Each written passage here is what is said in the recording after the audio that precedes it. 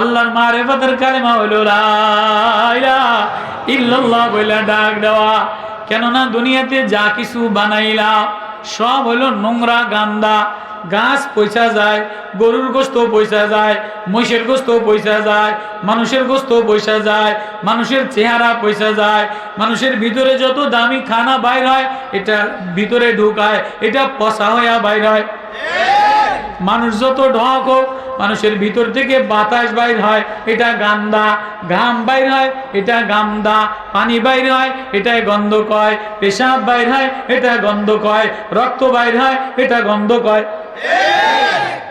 আপনি যত এমপি হোক, মন্ত্রী হোক, পীর হোক, যা হোক, মানুষের ভিতর থেকে আপনি যা বাইর করবেন, যা বাইর হইব, ঘাম, পেশাব, পায়খানা, রক্ত, ময়লা, নাকের ময়লা, কানের ময়লা,